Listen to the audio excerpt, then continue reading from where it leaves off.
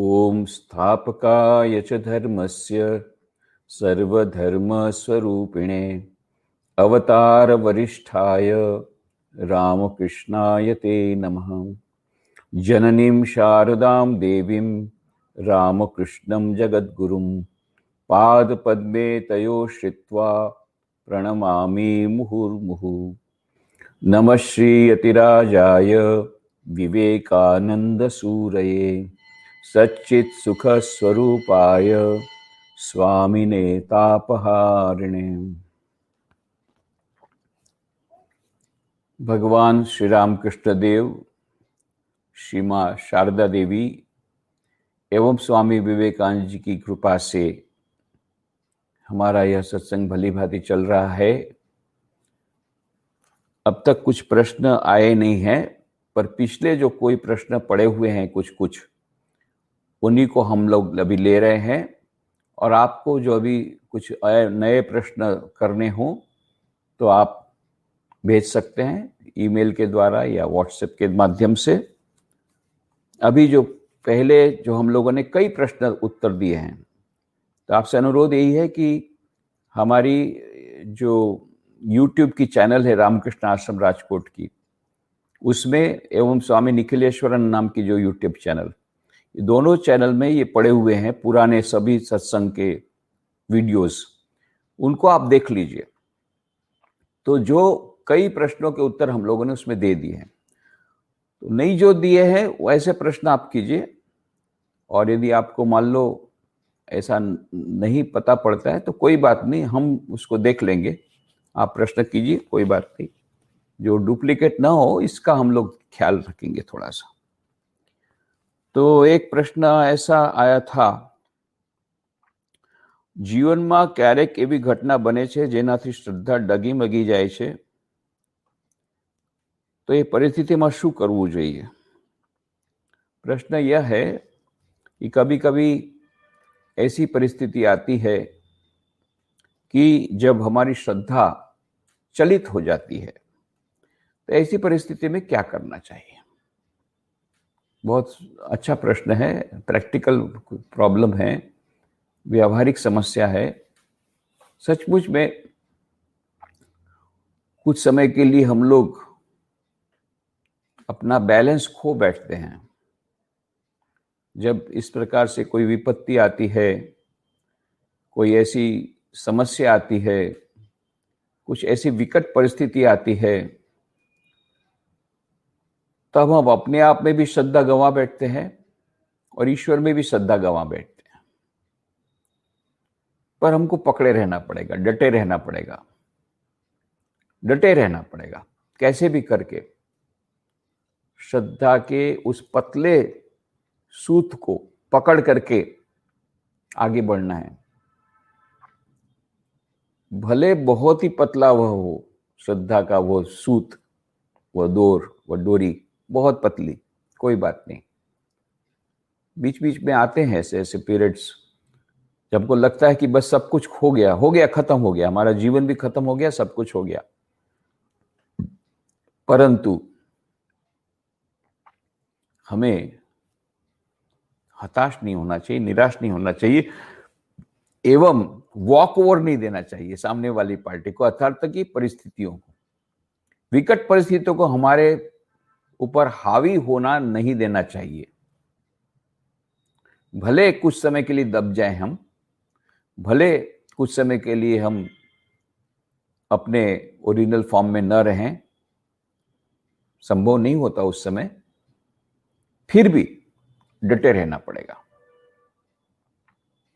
याद दिलाना है कि this is not the final whistle. बहुत ही सुंदर वो प्रसंग है। फुटबॉल का मैच चल रहा था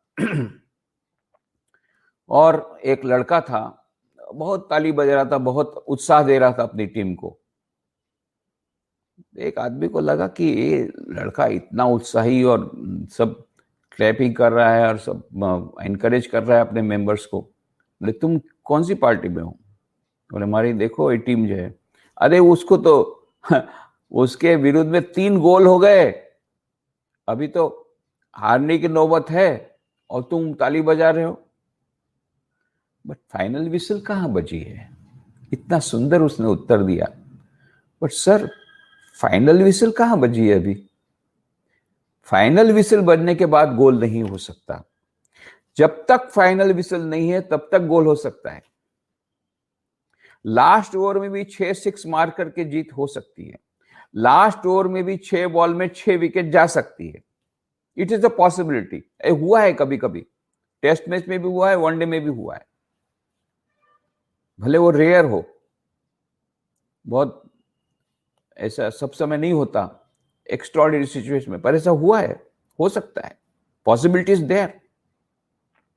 तो जब तक कि फाइनल विसल नहीं हुई, जब तक कि द एंड, गेम का एंड नहीं आया, जब तक कि हमारा एक आखिरी सांस भी बाकी है जीवन का, तब तक हमें आशा के दीप को बुझते देना नहीं चाहिए। आशा के दीप को जलाए रखना चाहिए। कितना भी तूफान आए, तूफान और दिया नाम का एक फिल्म आई थी, बहुत तूफान आता है पर छोटा सा दिया कैसे भी करके अपने आप को संभालता है। बहुत जबरदस्त तूफान, उसमें भी वो संभलता है। तो कितना भी बाहर तूफान आया हो, हमारी जीवन में बड़ा तूफान आया हो, परिस्थिति कितनी भी हो, हमारे जो आशा के दीप को हम बुझने नहीं देंगे। भले कुछ कुछ समय हिलेगी वो ज्योत, वो दीप शिखा हिलेगी, पर बुझने नहीं देंगे। जब तक कि फाइनल विसल नहीं होती है, जब तक कि हमारे जीवन की फाइनल विसल नहीं होती, जब तक कि हमारे जीवन का अंतिम श्वास बाकी है, निश्वास बाकी है, तब तक हम हार स्वीकार नहीं करेंगे। Will go on struggling struggling struggling, संघर्ष करते रहेंगे, संघर्ष करते रहेंगे, संघर्ष करते रहेंगे। तो ऐसी विषम परिस्थिति में हमें हार नहीं मानना है और अंतिम समय तक संघर्ष करना है।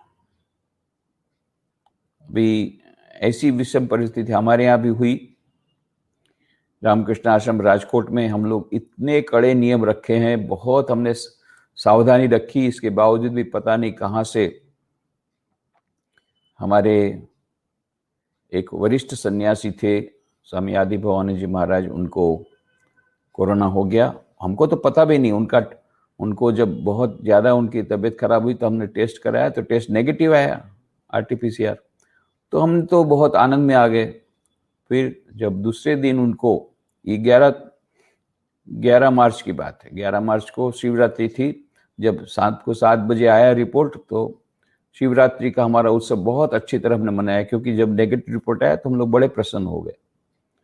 फिर 12 तारीख को उनको हॉस्पिटलाइज किया गया, तो दोपहर को 12 बजे पता पड़ा कि उनको कोरोना के वार्ड में रखा है, ICU में, कोरोना के ICU में। अरे कोरोना ICU में क्यों? उनका RT-PCR तो नेगेटिव था, परंतु जब CT स्कैन किया गया तो उसमें निमोनिया के बहुत ज़्यादा पैचेस थे, तब तक में से वो निमोनिया फैल गया था। तो इसका मतलब ही होता है कि उनको हुआ होगा कोरोना। तो इसीलिए उनको कोरोना के वार्ड में दाखिल किया गया, ICU में। जहाँ ये खबर मुझे मिली, तब मुझे तुरंत पहली बार आया कि अरे वो हमारे यहाँ जो हमारे ब्रह्मचारी और जो हमारे स्टाफ मेंबर्स जो उनको सेवा करते थे, उनका टेस्ट एक बार कर लेना चाहिए। तो हमने जो यहाँ के लोकल अथॉरिटीज, लोकल जो कॉरपोरेशन अथॉरिटी को बोला, वो लोग टेस्ट करने के लिए आए। ईश्वर की कृपा से मेरे मन में यह विचार आया, अरे हम लोग सभी तो एक साथ ही तो भोजन करते हैं, एक साथ रहते हैं, तो क्यों ना सभी का टेस्ट करा लें। तो आश्रम में जितने स्टाफ और जितने साधु ब्रह्मचारी, सभी का टेस्ट हुआ। 29 लोग पॉजिटिव हुए। ये तो एंटीजन टेस्ट में, CT-PCR, RT-PCR नहीं, एंटीजन टेस्ट, एकदम सिंपल टेस्ट, मतलब इतना अधिक ये पॉजिटिव हो गया। 29 लोग, जिसमें कि 11 साधु ब्रह्मचारी थे। तुरंत फिर 14 लोगों को ये किया गया, क्या बोलते हैं, क्वारंटाइन किया गया हम लोगों को अपने अपने कमरे में। बहुत ही कम 2-3 साधु ब्रह्मचारी बैठे थे, बचे थे, और 8-7-8 स्टाफ मेंबर थे। वो बेचारे ये सब 29 लोगों की सेवा कर रहे थे। उधर वो स्वामी जी उधर हॉस्पिटल में थे, तो आईसीयू में गए। फिर एक दिन के बाद तो उनको उसमें रखा गया वेंटिलेटर पर। 30 दिन तक वेंटिलेटर पर रहे, पर हमने आखिर तक फाइट किया। प्रतिदिन हमने उसका मॉनिटरिंग किया, जितना प्रयास हो सकता था। राजकोट की सर्वश्रेष्ठ हॉस्पिटल में उनका उपचार हो रहा था। डॉक्टर के साथ रोज बातचीत करके जितना भी हमने मैक्सिमम हमने प्रयत्न किया, हमें आखिर तक हमने छोड़ा नहीं। फिर आखिरी में 15 अप्रैल को उनका देह छूट गया। 84 वर्ष की उम्र थी। पहले से उनको लंग्स पहले से अफेक्टेड थे, हाई डायबिटीज था, उम्र भी ज़्यादा थी, इसलिए डॉक्टर लोगों ने बहुत प्रयास किए पर नहीं हो सका। पर हमने फाइट आखिर तक दी, इसका हमें सेटिस्फेक्शन है। We tried our best. ये हमको सेटिस्फेक्शन है, ये हमको संतोष है कि we tried our best, level best.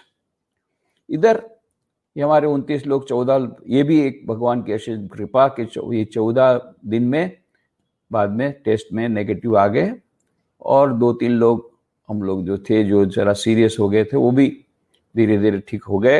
Hospital जाना नहीं पड़ा। बीच में आज हॉस्पिटल जाने की बात चल रही थी, मैं भी उसमें था। तो बहुत कठिन पीरियड था सचमुच में। आप समझ सकते, पूरे आश्रम में इतने सभी लोग क्वारंटाइन हो और इतने सारे लोग का उपचार चलता हो, उधर एक स्वामी जी सीरियस हो, क्रिटिकल कंडीशन में हो, ये सब को मैनेज करना। तो उस समय तो स्वास्थ्य भी खराब था, तो उसके कारण मन भी दुर्बल हो जाता है, स्वाभाविक रूप से हो जाता है। फिर भी डटे रहना है, डटे रहना है। तो उससे क्या होगा, धीरे धीरे धीरे करके हम उसमें से बाहर आ गए। तो माँ शारदा देवी कहती थी, देखो जीवन में कठिनाई नहीं आएगी ऐसा नहीं है, कठिनाइयाँ आएगी, परंतु तुम देखोगे कि पुल पर से नीचे से जब जल आता है वो फिर चला जाता है, उसी प्रकार से कठिनाई आएगी और चली भी जाएगी। तो ये याद रखना है, कठिनाइयाँ आएगी, रहने के लिए नहीं, जाने के लिए आएगी। ये टेम्परेरी पीरियड है, उस पीरियड में सहन करना पड़ेगा, कैसे भी करके डटे रहना पड़ेगा, नॉट आउट रहना चाहिए। बहुत ज्यादा बॉलिंग फास्ट हो, पिच बहुत खराब हो, तब कैसे भी करे नॉट आउट रहो। फिर जब बॉल जो नया बॉल है पुराना हो जाएगा, अब पिच भी थोड़ी सी ठीक कर हो लगेगी, फिर अपने शॉट्स खेलना अभी बचा के रखो अपनी विकेट को, नॉट आउट रहो, डट के डटे रहो, डोंट एक्सेप्ट द डिफीट, क्योंकि अभी फाइनल विसल नहीं बजी है। तो ये हमको याद रखना है। अब्राहम लिंकन अपने टेबल पर एक बोर्ड रखा करते, छोटा सा साइन, छोटा सा लिखा हुआ एक पट्टी एक रखते थे साइन बोर्ड के समान। उसमें लिखा था, दिस टू शैल पास। ये भी नहीं रहेगा। बोला कि आप क्यों इस प्रकार से लिखा है? बोले देखो, कभी कभी मुझे जीवन में सुख आता है, बहुत सफलता मिलती है, तब अहंकार आता है, तो मैं अपने आप को बोलता हूँ दिस टू शैल पास। तो ज़्यादा अहंकार मत करो और ज़्यादा खुशियाँ मत बनाओ। फिर कभी कभी विपत्ति आती है, बहुत अवस्था खराब हो जाती है, मन में हताशा आती, निराशा आती है, तब मैं फिर पढ़ता हूँ दिस टू शैल पास। ये भी नहीं रहेगी, ये परिस्थिति भी नहीं रहेगी, ये भी चली जाएगी। अच्छे दिन आएंगे, चले जाएंगे, फिर बुरे दिन आएंगे, वो भी चले जाएंगे।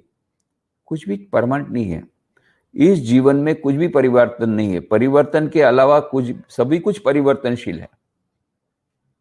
परिवर्तन है, शाश्वत है, परिवर्तन के अलावा बाकी सब परिवर्तनशील है।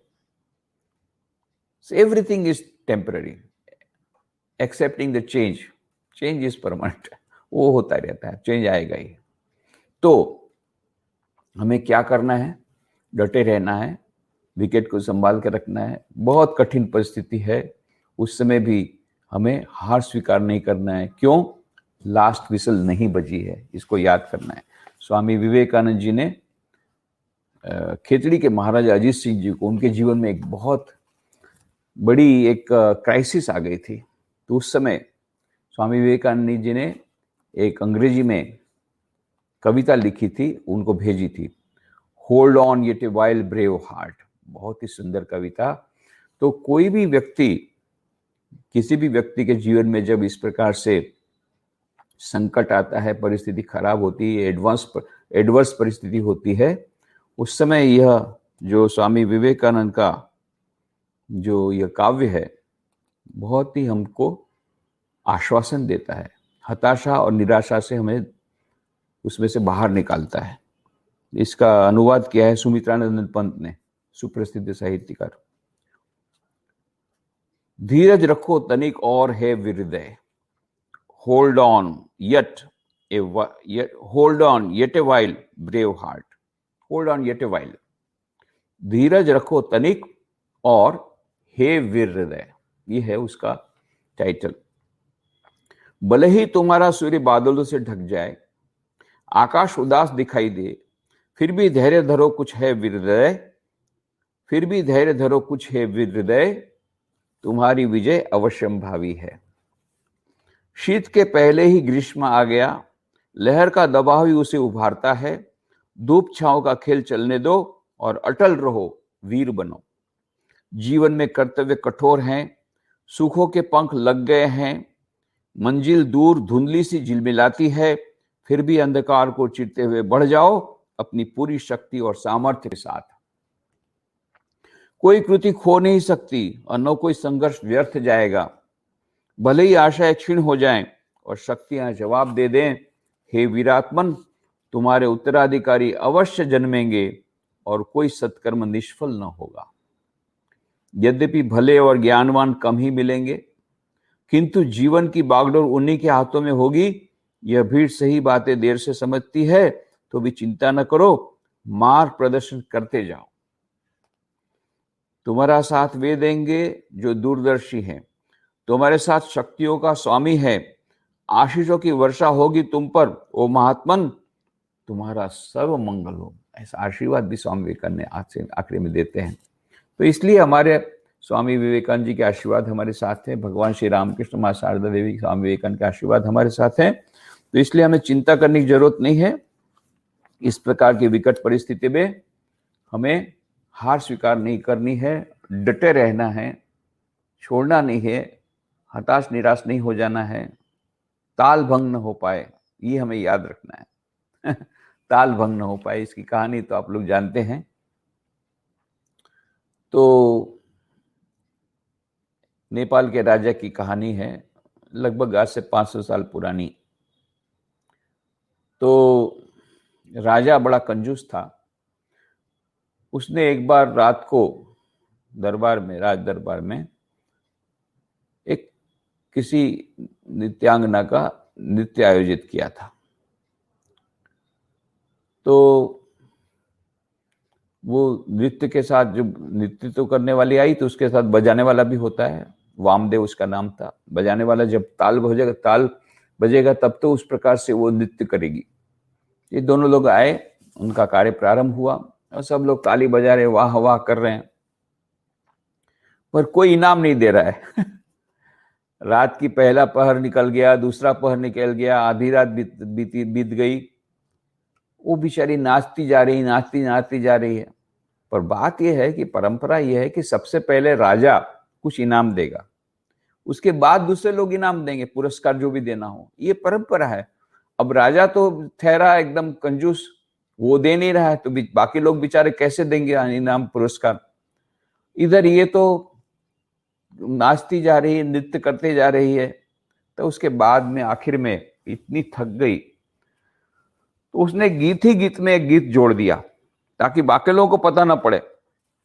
गीत ही गीत में जोड़ दिया कि रात बहुत गई, थक गई पंजर मोरी, नटी कहे सुनो वामदेव, इनाम ना मिला कोई, बोले इतनी रात बीत गई है, मेरी पंजर भी थक गई, पर इनाम तो कोई मिला नहीं। नटी कहे सुनो वामदेव, इनाम ने मिला कोई। अभी वामदेव जो बजाने वाला था, ताल दे रहा था, वो चिंता में पड़ गया। अरे ये पूरी रात हमने इतने मेहनत की और अभी एक नृत्य अचानक बंद कर देगी तो सारा खेल समाप्त हो जाएगा। फिर तो ये पुरस्कार मिलने का कोई सवाल ही नहीं है। यदि हम अपना कार्यक्रम बंद कर दे तो बड़ा मुश्किल हो जाएगा। तो तुरंत उसने गीत के साथ में जोड़ दिया, गीत में साथ ही में, गीत के साथ में ये कड़ी जोड़ दी। क्या? बहुत गई थोड़ी रही, थोड़ी भी अब जाए, नट कहे सुनो नटी, ताल भंग ना हो पाए। अरे नटी, बहुत गई थोड़ी रही है तो रात तो पूरी बीत चली है, अभी रात थोड़ी सी बची है। बहुत गई थोड़ी रही, थोड़ी भी अब जाए, ये भी अभी बच चली जाएगी। फिर सुबह जब होगी तो राजा को देना ही पड़ेगा इनाम, कहां जाएगा कहां। तो बहुत गई थोड़ी रही, थोड़ी भी अब जाए, नट कहे सुनो नटी, ताल भंग न हो पाए। ताल भंग होते मत देना, ताल भंग करेगी तो सब ठीक हो जाए, सब मुश्किल हो जाएगी। तो ये तो नट ने नटी को कहा, पर जहां ये गीत में इस प्रकार की लाइन आई तो आश्चर्य हो गया। आश्चर्य ये हुआ कि एक सेठ जी, जो नगर सेठ थे, वो जो नृत्य देख रहे थे, उन्होंने अपनी सोने की जो अंगूठी थी वो उसमें फेंक दी उपहार के रूप में। इधर राजकुमार था, उसने अपने सोने के अलंकार उसने भी फेंक दिए। राजकुमारी थी, उसने अपनी सोने की चेन थी, वो उसने फेंक दी वहां पर उपहार के स्वरूप में। राजा आश्चर्य में पड़ गया, अरे मैंने अभी कुछ दिया नहीं और ये लोग देना शुरू कर दिए। तो बोला कि अरे सेठ जी, आपने मुझे मेरे देने के पहले ही आपने दे दिया। बोले मैं इतना खुश हो गया इसलिए मैंने दिया। कैसे? बोले मुझे खबर मिली थी मेरा जहाज समुद्र में डूब गया है, तो मैं सोच रहा था मैं आत्महत्या करूंगा, पर जब ये लाइन सुनी, बहुत गई थोड़ी रही, थोड़ी भी अब जाए, ताल भंग न हो पाए, बोला अरे अभी तो मेरे 6 जहाज के तो खबर आना बाकी है। ये 6 जहाज यदि आ जाते हैं समुद्र के तूफान में से बच करके, तो मेरे एक जहाज का जो नुकसान है वो तो भरपाई हो जाएगा। तो क्यों ना कुछ समय हूं रह जाऊं, समाचार तो देख लूं, समाचार को सुन लूं, उसके बाद जाऊं मैं, फिर आत्महत्या करूं, अभी से क्यों करूं। तो मैं बच गया इस गाने के कारण, तो मैं खुश होकर के मैंने अंगूठी दे दी। राजकुमार को पूछा, भाई तूने कहा को ये गहने डाल दिए? बोले पिताजी मैं क्या कहूं, आप बूढ़े हो गए हैं, अभी तक आप अपना सिंहासन छोड़ नहीं रहे हैं, मुझे राजगद्दी पर बैठा नहीं रहे हैं, तो मैंने सोचा था मैं आपका खून करूंगा और फिर मैं गद्दी में बैठ जाऊंगा। पर जब ये सुना बहुत गई थोड़ी रही, थोड़ी भी अब जाए, बोले अरे पिताजी तो कब तक रहेंगे, अब तो ऐसे ही मर जाएंगे, तो काहे को तू खून करके ऐसा कर्म, खराब कर्म करता है और अपने को भी बदनाम करता है, देश को भी बदनाम करता है। बोले मैं बच गया इस गाने के कारण, नहीं तो मैं तो खून करने को तत्पर था। फिर राजकुमारी को पूछा, राजकुमारी बोले मैं इतनी बड़ी हो गई, इतनी मेरी बड़ी उम्र हो गई, आप मेरी शादी नहीं करा रहे हैं कंजूसाई के कारण, तो मैंने सोचा कि चलो अब आप नहीं करा रहे तो मैं ही भग जाती हूँ। तो मैंने प्लान बनाया था मैं राजमहल से भग जाऊंगी, खुद ही शादी कर दूंगी। पर जब सुना बहुत गई थोड़ी रही, थोड़ी भी अब जाए, अरे बहुत तो चला गया, अभी मैं कहाँ तक मुझे ये कुंवारी रखेंगे, फिर मेरे एक दिन तो शादी करेंगे, तो मैं नाहक में क्यों ताल भंग करूं और नाहक में क्यों इस प्रकार से मैं ये शहर में अपना नाम डुबो दूं। बच गई मैं। इस प्रकार से बोले, इसलिए मैं प्रसन्न हो गया। राजा बड़ा प्रसन्न हुआ, अरे वाह बढ़िया गीत, इसके गीत के कारण कितने लोग बच गए, बहुत उसको इनाम दिया और राजकुमार को राजपाट सिंहासन दे दिया, खुद रिटायर हो गया, राजकुमारी की शादी करा दी तो इस प्रकार से सभी कुछ ठीक हो गया एक गाने के कारण, ताल भंग न हो पाए। तो कभी कभी ऐसा होता है, एक छोटे से समय में यदि अपना समय निकाल लें, बहुत क्रिटिकल कंडीशन रहती है, उस समय ये याद रखें, ताल भंग न होने दें, विकेट को संभाल करके रखें, नॉट आउट रहें, बस थोड़ा सा समय निकाल दें, फिर अच्छे दिन आएंगे। ये थोड़ा सा समय निकाल दें। एकदम से the spur of the moment, कई लोग जो आत्महत्या करते हैं उसका एकमात्र कारण है कि वो स्पर ऑफ द मोमेंट, यदि उस समय उनको बचा लिया जाए, बाद में आत्महत्या नहीं करेंगे। उस समय एक ऐसी बात आती है कि जब उसको चारों ओर से दरवाजे उसके बंद हो जाते हैं, उसको ऐसा लगता है कि आशा की एक भी किरण नहीं है, तब वो आत्महत्या करता है। तो वो निर्बलता दुर्बलता के क्षण होते हैं। उस समय आशा का एक थोड़ा सा चिराग उसको बता दिया जाए, उसको ये बता दिया है कि ताल भंग न हो पाए, थोड़ा सा धैर्य रखो, थोड़ा सा 1 मिनट के लिए धैर्य रखो, 1 दिन के लिए रहो, बच जाए। ये सच्ची घटना है। बंबई में एक स्टूडेंट था, बहुत ब्रिलियंट, एक कुछ वर्षों पहले की घटना है, बहुत ब्रिलियंट था और हर समय गोल्ड मेडल आता था। एमबीबीएस में उसको गोल्ड मेडल का पक्का था, उसको आएगा। पर जिस दिन रिजल्ट आया, उसने इंटरनेट में देखा कि उसका गोल्ड मेडल नहीं है, फर्स्ट क्लास फर्स्ट वो नहीं आया है। वो उसके सपने चकनाचूर हो गए। बस तुरंत उसने आत्महत्या की। दूसरे दिन रिजल्ट आया, एक्चुअल रिजल्ट आया, इंटरनेट में थोड़ी गड़बड़ हो गई थी, गलती हो गई थी, सचमुच में वो गोल्ड मेडलिस्ट था। एक दिन वो राह देख लेता और रिजल्ट उसके हाथ में आ जाता, जो कि वहां पर से बाद में उसको भेजा गया था, बच जाता। इतनी उतावल करने की क्या आवश्यकता थी? तो इसीलिए ये यदि हम याद रखें, बहुत तो गई थोड़ी रही, थोड़ी भी अब जाए। अरे काफी तो हम लोगों ने संघर्ष कर लिया, काफी तो समय चला गया, अभी थोड़ा सा ही तो बचा है, ये भी निकल जाएगा। दिस टू शैल पास। ये भी समय था, हमारा समय था बहुत खराब गया। 12 मार्च से लेकर 28 मार्च तक हम लोग सभी क्वारंटाइन थे आश्रम में, बहुत खराब अवस्था थी उस समय। ये कुछ ही लोग बचे थे जो पूरी सेवा कर रहे थे, बहुत उन पर ये हुआ, कठिन परिश्रम उनको करना पड़ा। धीरे धीरे धीरे हम लोग सब ठीक हो गए, नेगेटिव हो गया। बाद में दूसरा डोज भी ले लिया, उसके पहले एक ही डोज लिया था, दूसरा डोज भी ले लिया। अभी फिर 11 तारीख से फिर आश्रम के गेट भी खुल गए फिर से, अभी फिर से पूर्ववत जीवन हो गया। अब तो सत्संग भी शुरू हो गया, हमारा ऑनलाइन सत्संग भी भागवत का शुरू हो गया। तो फिर से हम लोग आ गए बैक टू द ट्रैक। बीच का पीरियड बहुत खराब रहा, पर तो बीत तो गया ना, कट तो गया ना पीरियड। दिस टू शैल पास। ये हमें याद रखें कि ये भी नहीं रहेगा, ये भी परिस्थिति नहीं रहेगी। बहुत गई थोड़ी रही, थोड़ी भी अब जाए, ताल भंग न हो पाए, ताल न भंग न होने दे।